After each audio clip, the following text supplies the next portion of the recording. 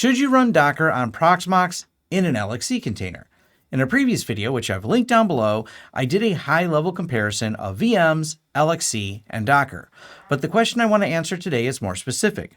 When should you run Docker in a VM versus an LXC, and why? The standard answer on the internet is usually, it depends, but that doesn't help you build stable infrastructure. So let's look at the specific technical trade-offs in Proxmox 9.1 for each of these options. Now I'm running Proxmox Virtual Environment 9.1.6, latest version available here in March of 2026. And I have my Docker container right here, which I stopped, and let's go ahead and start it back up. Because the nice thing you notice when running Docker and LXC, and one of the reasons many people want to do this, is it starts up pretty much instantly. I've already got my IP address. You see the Docker IP, the Docker service. There's only one service running in this. It's Nginx Proxy Manager. Starts up immediately. The service is almost immediately available on the system. Let's go over here to the VM, which also happens to be running Nginx Proxy Manager. So we're going to go ahead and hit start. We'll look at the console. It's connecting. It's going to go through the boot process. So it takes a little bit longer when you're doing it through a VM. Also, we're going to get to the resource intensity. Now this is the fast system, so this does boot up fast. And now it's ready. And here's our IP addresses. There's the Docker IP. So I know what Docker has started. And we're using, so far, 614 megabytes of RAM. Looks like it's evening out right there at just about 600 megs of RAM, running the same services. Come back over here to the Docker container, and you're looking at 158 megs. This is the difference, and as I discussed in my other video where I went more in depth in this, that there's a real lightweight impact on resources when you're running something like LXC versus when you're virtualizing the entire virtual machine itself. So you have more memory usage here, more overall resource usage and allocation. So I'm not going to get into those technical nuances because they were covered in the other video. Let's dive into the technical differences of why not just run everything in LXC if it's this much more efficient. Now, this is the forum post you'll find linked in the description below, which also links back to my higher level comparison of VMs, LXC, and Docker. But let's talk about the first reason you may not want to run things in LXC, and that comes down to kernel isolation. When you run a VM on your Proxmox host, it is a dedicated host OS with its own guest kernel. Therefore, everything that runs within it never gets higher privileges than that. I know there is VM escapes that have occurred. Generally speaking, though, VMs are well isolated, they're well hardened. So anything that happens in a VM theoretically should always stay within the VM. Versus when you run something in an LXC container, you're sharing Proxmox kernel. And that brings us down to system stability. When VMs crash, they crash. You can force stop, restart them. That generally has no effect on your Proxmox host itself. But when you have a kernel panic in the LXC host or any of the Docker containers running within that host, that kernel panic could come up and crash Proxmox itself.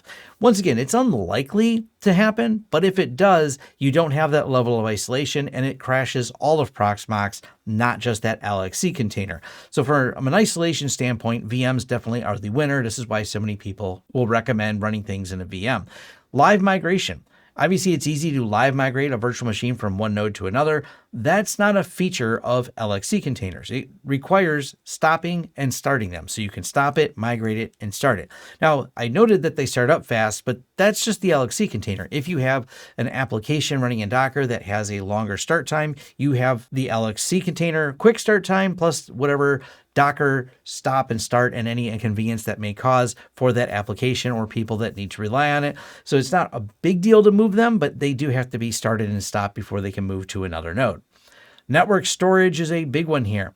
Native, seamless NFS or SMB mounts because they're being handled by that virtual machine and its guest OS versus bind mounts and privileges. Ideally, you're not going to just up the privileges of your LXC container, which means it does not by default have privileges, but you could add more privileges to it. But now we're getting into a more dangerous category there of having a high privilege LXC container just to be able to get something to mount. So when you have things that require storage in Docker and you want to be able to access an NFS SMB mount, especially if it's on a NAS, the VM is going to be a much easier path to getting it done versus setting up bind mounts. You can use bind mounts to have Proxmox itself mount some storage and then map that into the LXC container, but then you would also have to, in the example of using more than one node and you wanted to move that LXC to another node, that other node would also have to have matching bind mounts so that can work. This gets a little bit tricky, and once again, a better place to run those is in a VM if you have storage needs. GPU pass-through, this is something interesting. If you're trying to pass through an entire card, you will have the virtual machine fully owning that card and no other VM can handle it, versus it's shared with multiple LXCs and one GPU because it's shared in the kernel of the system, and it's able to, limited by resource constraints, able to share that video card with multiple LXCs.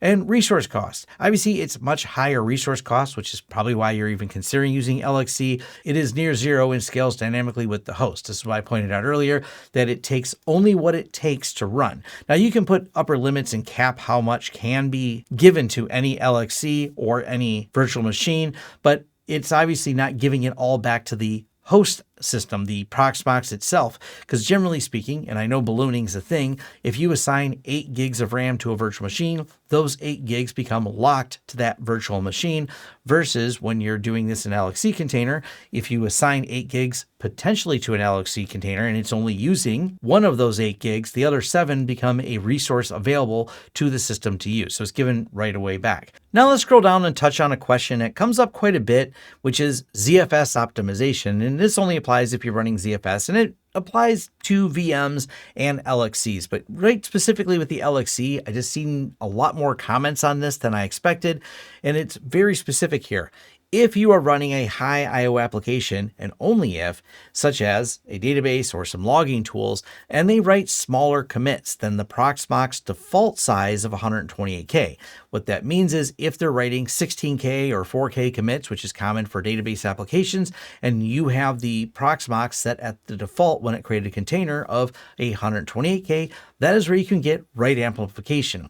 I see a lot of discussion around this, so I wanted to put people in the right direction that you have to look up the application you're running, and it's not that it won't work, and it's not that this is an absolute showstopper if you don't tune it, but if you want to avoid that write amplification and you want a better optimized, more performant experience, then you will want to align the record size. And it's pretty simple to do in Proxmox. It is a command line feature. You would go down to ZFS set the record size to whatever the record size is of the application that's running. Our pool is the default name of a pool inside of a Proxmox system, data/subval, the ID, disk 0. If you have more than one disk you've assigned to it, apply this to whichever disk is being written to by that application. And these are the parameters you want to make sure are aligned. Write amplification is one of those things that does occur when things are writing small 4K writes and you have a 120K record size. And one of the amazing things about ZFS is the fact that this is a tunable on the fly, not a big deal. You should do it though before you've written a lot of records, so you're optimizing it from as soon as you start. So if that's a concern, this will send you down the path of getting that concern mitigated. Now, some final thoughts. Choose a VM if you prioritize absolute stability and isolation. This is the gold standard if you need to live migrate for host maintenance without downtime, or if your stack relies heavily on an external NAS and you're mounting that storage. It's the least problematic way to do it.